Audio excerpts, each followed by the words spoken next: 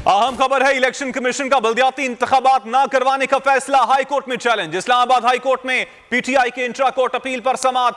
क्या विफाकी हुकूमत पहले सोई हुई थी? जस्टिस मोहसिन अख्तर कयानी ने यह इस्तफसार किया। 2 साल से इस्लामाबाद को लोकल गवर्नमेंट से महरूम कर रखा है। अदालत ने कहा, पहले पीटीआई की दिलचस्पी नहीं थी, अब हुकूमत की दिलचस्पी नहीं।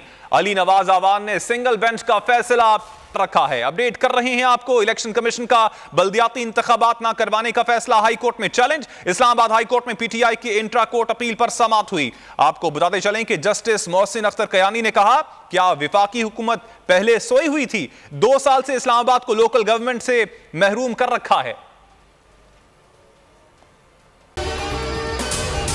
अगर आपको यह वीडियो पसंद आई तो हमारे चैनल को सब्सक्राइब करें और बेल आइकन पर क्लिक करें। मैं इमरान खान हूं, आप बोल्ड न्यूज देख रहे हैं।